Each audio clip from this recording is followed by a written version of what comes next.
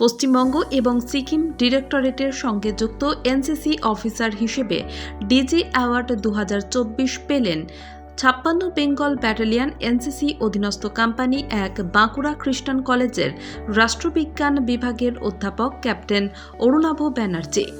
কলকাতায় NCC club হাউসে এই সম্মান তুলে দেন DG NCC lieutenant general গুরুবীর Pal Singh. বরাবরই বাঁকুড়ার এনসিসিতে সাফল্য নজর কাড়া, চরিত্র গঠনের মাধ্যমে নিয়মানুবর্তিতায় পরিপূর্ণ জীবন ধারণের লক্ষ্যে ছাত্রছাত্রীদের মধ্যে বাড়ছে এনসিসির উৎসাহ। প্রায় প্রতি বছরই বাঁকুড়ার বিভিন্ন কলেজে এনসিসি থেকে প্রজাতন্ত্র দিবসের প্যারেডে অংশগ্রহণ করতে যান ক্যাডাররা।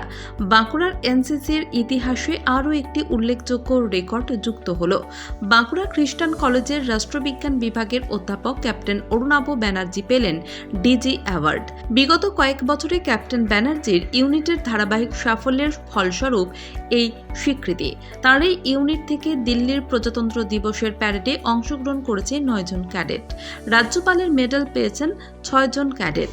এছাড়াও TSC camp, leadership camp, EBSB camp প্রভৃতি বিভিন্ন ক্যাম্পে অংশগ্রহণ করে সাফল্য অর্জন করেছে এই ইউনিটের ক্যাডেটরা।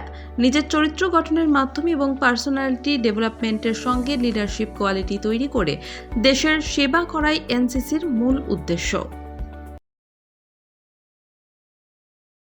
পশ্চিমবঙ্গ এবং সিকিম ডিরেক্টরেটের সঙ্গে যুক্ত এনসিসি অফিসার হিসেবে ডিজি অ্যাওয়ার্ড 2024 পেলেন 56 বেঙ্গল ব্যাটালিয়ন এনসিসি অধীনস্থ কোম্পানি এক বাঁকুড়া খ্রিস্টান কলেজের রাষ্ট্রবিজ্ঞান বিভাগের অধ্যাপক ক্যাপ্টেন অরুণাভ ব্যানার্জি।